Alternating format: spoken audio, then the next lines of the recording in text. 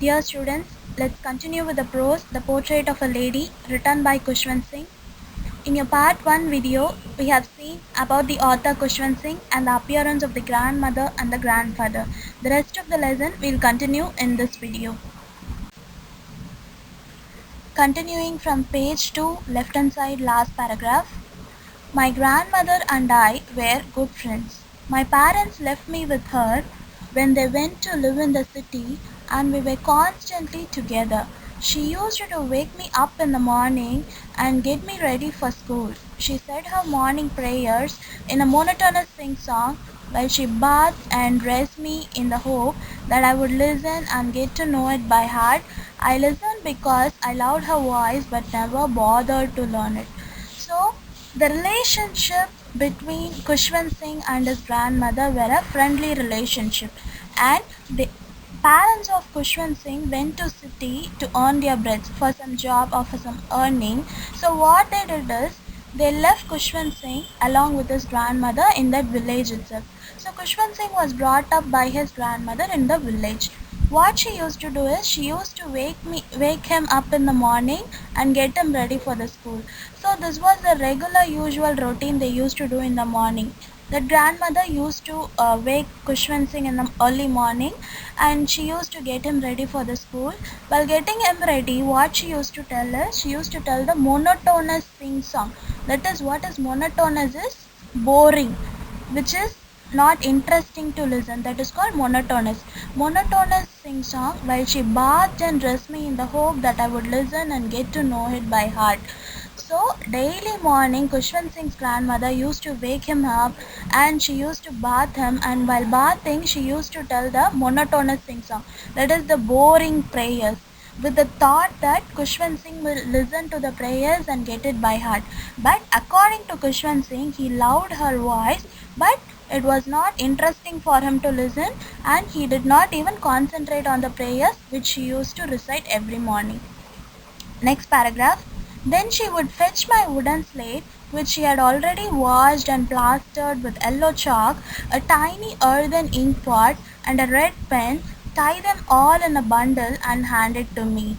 After a breakfast of a thick stale chapati with a little butter and sugar spread on it, we went to school. She carried several stale chapatis with her for the village dogs. So after getting ready in the morning, she used to take the wooden slate.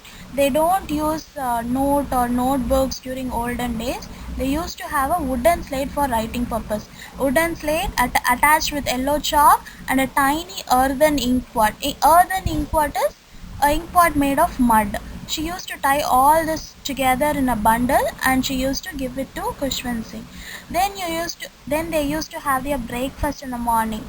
The regular breakfast of it was a thick stale chapati. Thick stale chapati is nothing but chapati which is not fresh, which is very hard or thick. That is called a thick stale chapati. Northern people always used to have chapatis for their breakfast with a little butter and sugar spread on it. That was their normal breakfast, regular breakfast. After having their breakfast, he used to go to school. Along with him, the grandmother also used to go to school.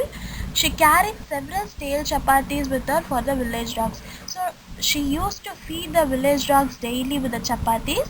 So she carried several stale chapatis along with her. My grandmother always went to school with me because the school was attached to the temple. The priest taught us the alphabet and the morning prayer, while the children sat in rows on either side of the veranda singing the alphabet or the prayer in a chorus. My grandmother sat inside reading the scriptures. When we had both finished, we would walk back together. This time, the village dogs would meet us at the temple door. They followed us to the home, growling and fighting with each other for the chapati we threw to them. So every morning, this grandmother will also go to school along with Khushwant Singh because the school is attached to the temple. So the priest will teach Khushwant Singh the alphabet in the morning prayer. Priest is one who does pujas in the temple. So what he will be teaching us, he will be teaching the alphabets and the morning prayer. That was a regular lesson for the children. These children will be sitting on the veranda and listening to the classes. By the time This grandmother will be sitting in the temple and she will be reading the scriptures. Scriptures means it refers to the Vedas and Puranas. So after finishing the regular class, what they used to do is they used to walk back home. While walking back to home, this grandmother has the habit of feeding the stale chapatis to the village dogs. When my parents were comfortably settled in the city, they sent for us. That was a turning point in our friendship. Although we shared the same room, my grandmother no longer came to school with me. I used to go to an English school in a motor bus. There were no dogs in the street, and she took to feeding sparrows in the courtyard of our city house. So now the parents got well settled in the city. So now what they are going to do is they are going to bring Kushwant Singh and the grandmother and along with them to the city house. These two people, that is the Kushwant Singh and grandmother, are moving to the city now. Now there is going to be a turning point in the friendship. Because in the village, Kushwant Singh used to be with grandmother always. She used to take him to the school. She used to bath him in the morning. But that was not going to repeat in the city. Although we shared the same room, my grandmother no longer came to school with me. Even in the city house, they are sharing the same room like the village house. But grandmother is not taking him to the school now because he is going to school by a motor bus. There were no dogs in the street. In the village, there used to be many village dogs, and she used to feed the stale chapatis to the village dogs. But here, since there were no dogs, she took to feeding sparrows. She was taking care of the feeding sparrows in the courtyard of a city house. Courtyard is nothing but an unroofed area in the house. Moving to page 3 now. As the years rolled by, we saw less of each other. For some time, she continued to wake me up and get me ready for school. When I came back, she would ask me what the teacher had taught me. I would tell her English words and little things of Western science and teaching, the law of gravity, Archimedes' principle, the world being round, etc. This made her unhappy. She could not help me with my lessons. So now, even after moving to the city house, she was waking up in the morning and getting him ready for school for some days, but that did not continue longer. As soon as Kushwant Singh returns home, daily she used to discuss with him about the school. But what was Kushwant Singh's answer?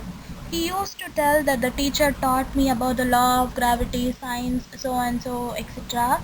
But that did not make her happy because, according to grandmother, the teachings of the priest was only satisfactory.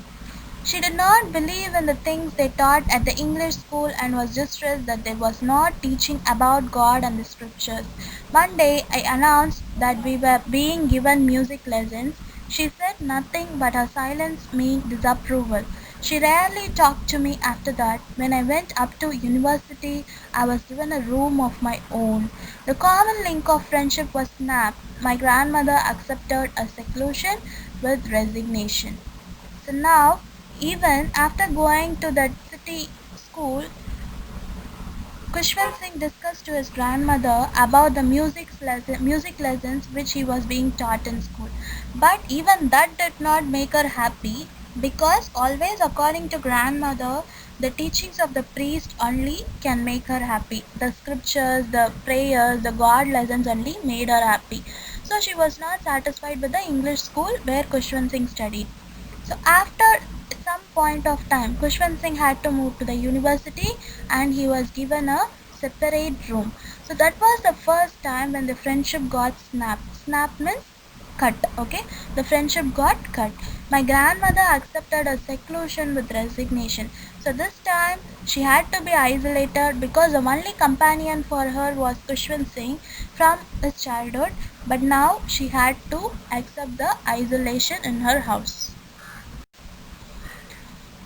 She rarely left her spinning wheel to talk to anyone. From sunrise to sunset, she sat by her wheel, spinning and reciting prayers. Only in the afternoon she relaxed for a while to feed the sparrows. While she sat in the veranda, breaking the bread into little bits, hundreds of little birds collected round her, creating a veritable bedlam of chirping. So, after Kushwant Singh moving to the university, she spent her whole day in the spinning wheel. What is spinning wheel? Spinning wheel is a device for spinning thread or yarn from fibers. So from the morning till evening, she used to recite her prayers and she used to spin wheel. Only in the afternoon she relaxed for a while. So in the village she had dogs and she fed stale chapatis for the village dogs. But here in the city house she was feeding the sparrows with by breaking the bread into little bits.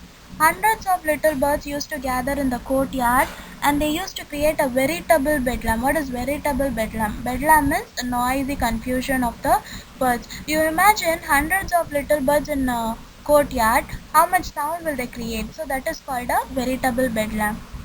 Some came and perched on her legs, others on her shoulders, some even sat on her head. She smiled but never shooed them away. It used to be the happiest half hour of the day for her.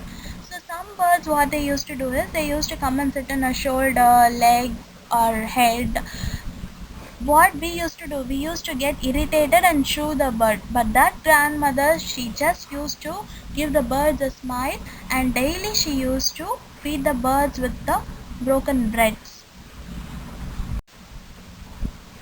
When I decided to go abroad for further studies, I was sure my grandmother would be upset. I would be away for 5 years, and at her age, one could never tell, but my grandmother could. She was not even sentimental. She came to leave me at the railway station but did not talk or show any emotion. Her lips moved in prayer. Her mind was lost in prayer. Her fingers were busy telling the beads of her rosary. Silently, she kissed my forehead, and when I left, I cherished the moist imprint as perhaps the last sign of physical contact between us. So now, Kushwant Singh has completed his schooling and then he has completed his graduation. Now he is planning to go to abroad to continue his further studies. That too, he is going to be in abroad for at least 5 years. So he is thinking his grandmother will be very emotional as he is planning to go to abroad and he is going to be away from her for 5 years. But to his surprise, his grandmother was not sentimental. She even came to the railway station. She did not show any kind of emotion. Her lips were moving in prayers, and as her usual routine, usual action, her hands were also rotating the beads of her rosary, and she is giving a kiss on her forehead. That Kushwant Singh was feeling that is going to be the last physical contact between them because he is going to return only after 5 years. He is moving to abroad now and he is feeling that moist imprint, the kiss of the grandmother, something precious because he has never left his grandmother away for 5 years for these many days, these many years.